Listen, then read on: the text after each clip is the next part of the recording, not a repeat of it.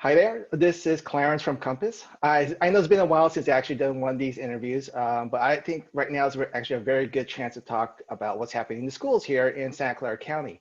A lot of times we're seeing that people are debating about in classes, out classes, and especially this time of the year when school's starting, actually, I think it's starting, it seems like earlier every single year. I think a lot of times parents don't know what's happening with this upcoming school year. And I know we're a couple of weeks in the school year, and I want to bring in a good friend of mine. She's actually the trustee for one of the trustees of Santa Clara County Board of Education, Rosemary Kamei. Rosemary, you'd like to introduce yourself? Yes, thank you so much, Clarence. I really appreciate the opportunity. My name is Rosemary Kamei, and I've been a trustee for the last 5 years of the Santa Clara County Board of Education. And, it's been very, very challenging. A lot of different things that we've learned, many issues. And one of the things that the Santa Clara County Board of Education does is we assist the local school districts. We're actually county-wide, so that makes us a little bit different than the local school districts. And in the process, we have worked very, very closely with Santa Clara County Public Health and the Santa Clara County Board of Supervisors, working together to come to solutions during this COVID environment. Okay, and there's so many school districts here in the county, and you got elementary, elementary, high school, unified school district. I think it becomes a little too confusing for some parents out there. So just briefly, what's the biggest difference between the County Board of Education and all the smaller school districts like Santa Clara Unified, Campbell High School, Alum Rock Elementary? What's your role and especially right now, parents are seeing so many different names of school districts and jurisdictions, they may just be overwhelmed of who to talk to about certain issues. Yeah, it can be overwhelming. In Santa Clara County, we have 31 schools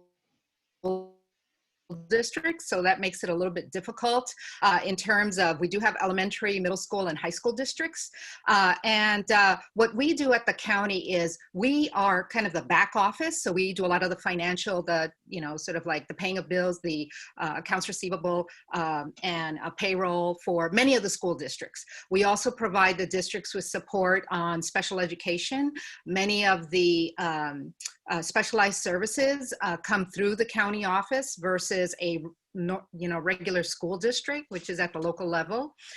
So we have migrant education, we have Head Start, we run the Head Start program.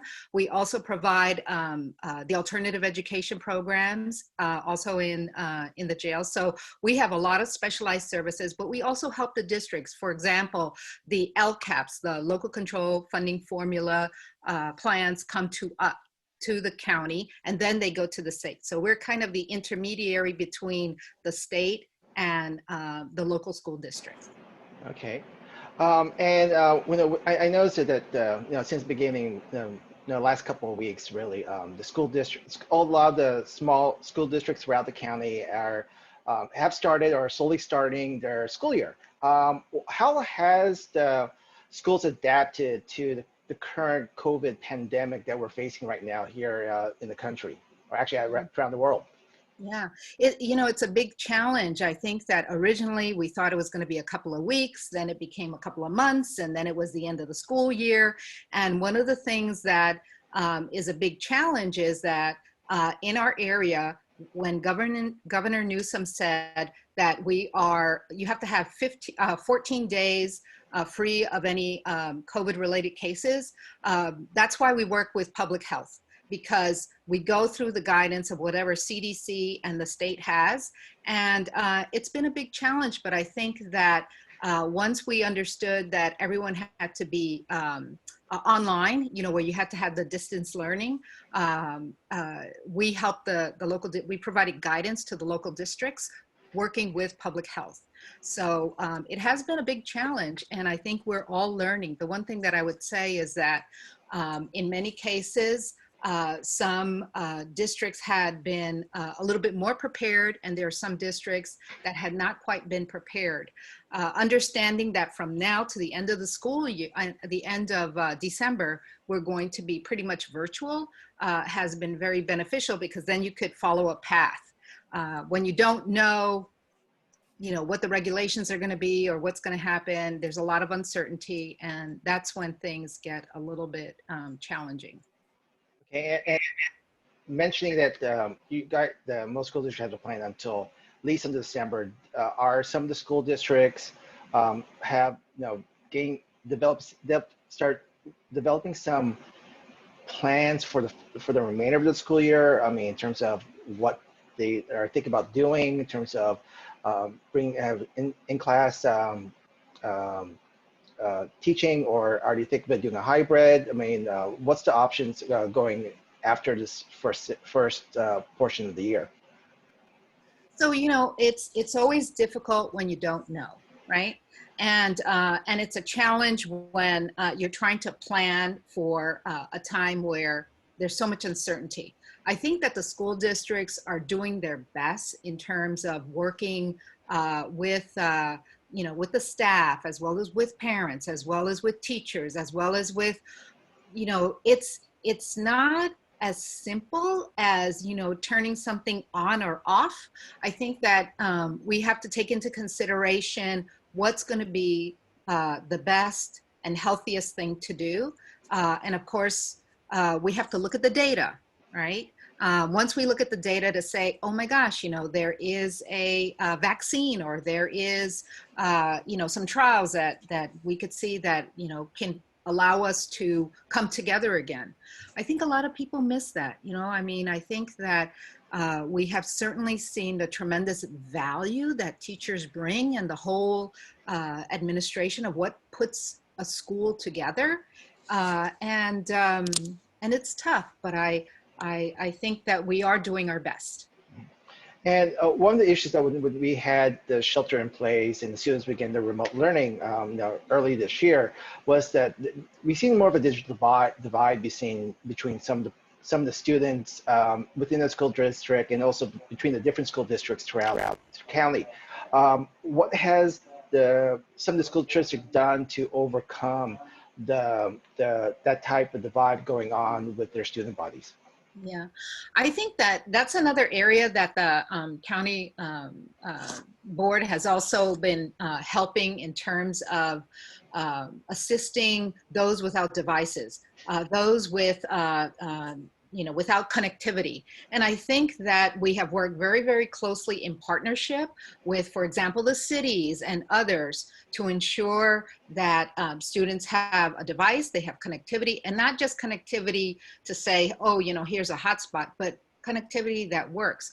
It is a tremendous challenge, because in some areas, they had been prepared, some cities had been prepared for, and districts had been prepared for one-on-one devices.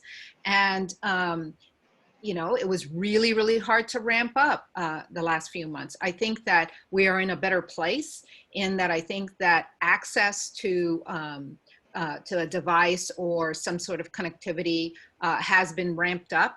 Of course, when the demand of it, everyone needing it, even if you were able to pay for it, it was really hard to find at some in some portions of these last few months. But I think things are getting better.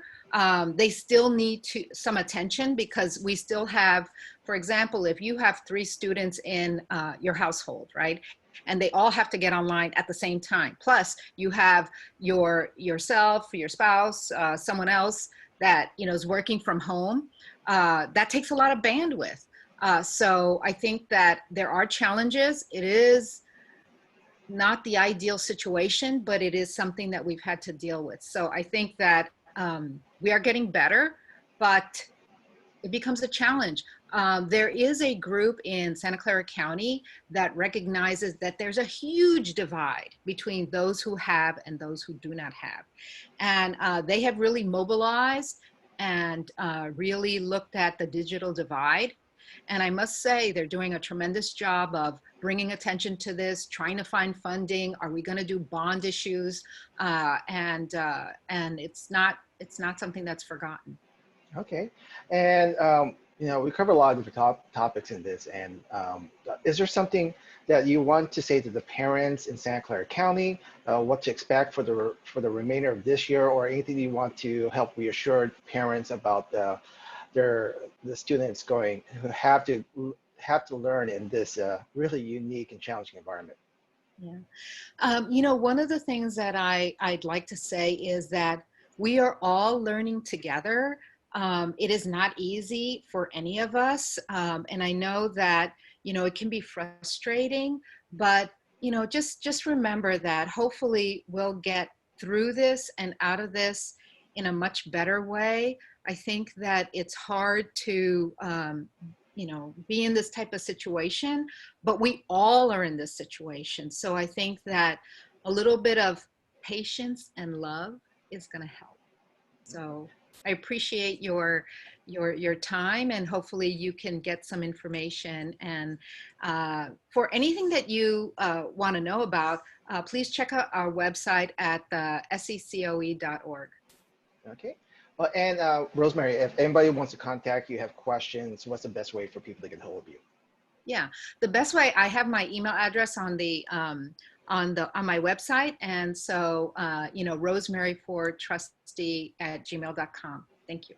Okay. Well, thanks, Rosemary, for joining me and letting myself and my clients know what's happening here in Santa Clara County, especially with schools. I think one of the great benefits about this area, there's a lot of great schools in this area, and that's is a big attraction point for a lot of folks. So thank you. Thank you so much. I appreciate it. Have a great day. You too.